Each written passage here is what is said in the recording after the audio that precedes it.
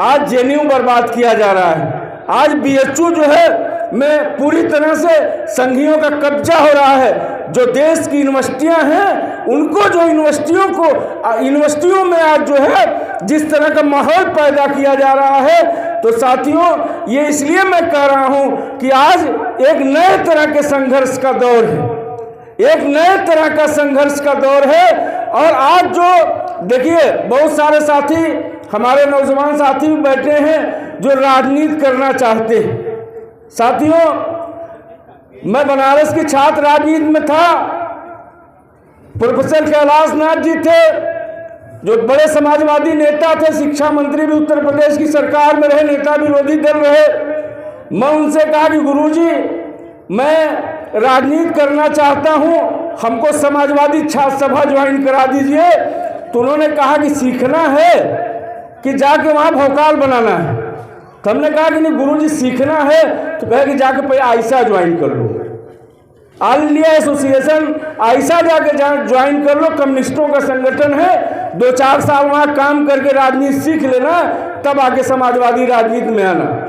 तो साथियों पहले के लोग जो है किस तरह की अस्पष्टवादिता, किस तरह की सोच, किस तरह के सिद्धांतों के साथ काम करते थे, ये हमको जो है उनसे सीखना चाहिए। आज जो है जाति जनगणना का सवाल है, चूंकि यहाँ राजनीतिक लोग भी बैठे हैं, समाजवादी पार्टी की सरकार थी, पूरे प्रदेश में एक नैरेटिव चलाया गया कि जो पिछड़ों का हिस्सा है वह एक जाति विशेष के लोग उसको ले रहे हैं। और इस बात को इस सूबे के मुख्यमंत्री सदन में भी बोले। लेकिन बिहार में जाति जनगणना हुई, जब वहां की जाति जनगणना हुई और 14.5% यादव जाति को लोग कहते थे, लेकिन बिहार की जाति जनगणना ने एक बड़ा जो है स्पष्ट चीज को ले आया सामने कि 14.5% वहां यादव की संख्या है और सरकारी नौकरी में 1.5% यादव है। तो भाई कहां किसका हिस्सा खा गया? समाजवादी पार्टी की सरकार थी, एक नैरेटिव चलाया गया कि जो पिछड़ों में जो यादव जाति है वो बड़ा हिस्सा खा रही। तो लेकिन यहाँ भी अगर ठीक से सर्वे हो जाए तो यादव जाति लगभग जो हमको लगता है कि 14 से 16% है और सरकारी नौकरी में आज भी 1.5-2% से ज्यादा नहीं है। तो इस नैरेटिव का जवाब जो आरएसएस और बीजेपी और संघ का जो नैरेटिव है, इस नैरेटिव को तोड़ने के लिए इस देश में जाति जनगणना की जरूरत है। तो साथियों बहुत बेबाकी से, चूंकि आज हम एक जननेता की पुण्यतिथि पे इकट्ठा हैं, रामकृष्ण यादव जी हमेशा हम लोगों को ये बात सिखाते थे। जब मैं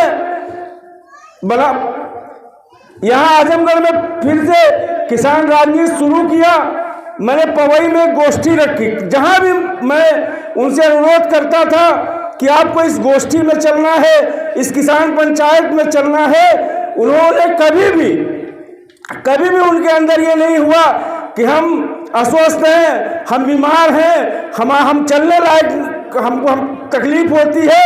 लेकिन वो किसी कार्यक्रम में कभी भी उम्र को उन्होंने बाधा नहीं समझा और वो जो है हमेशा हर कार्यक्रम में शामिल होते थे।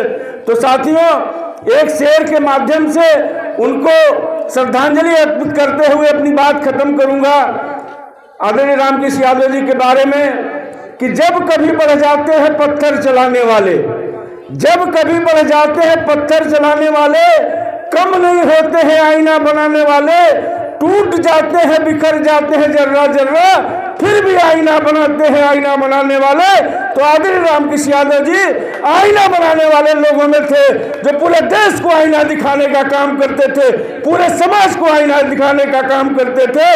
तो और साथियों ये अंतिम बात कहते हुए कि रामकृष्ण यादव इसलिए भी प्रासंगिक है कि उस दौर में भी उन्होंने जो बहुजन की राजनीति थी, जो समाजवादियों की राजनीति थी, उसको एक जगह लाने का काम किया था। आज भी उस काम को पुनः करने की आवश्यकता है। जिंदाबाद।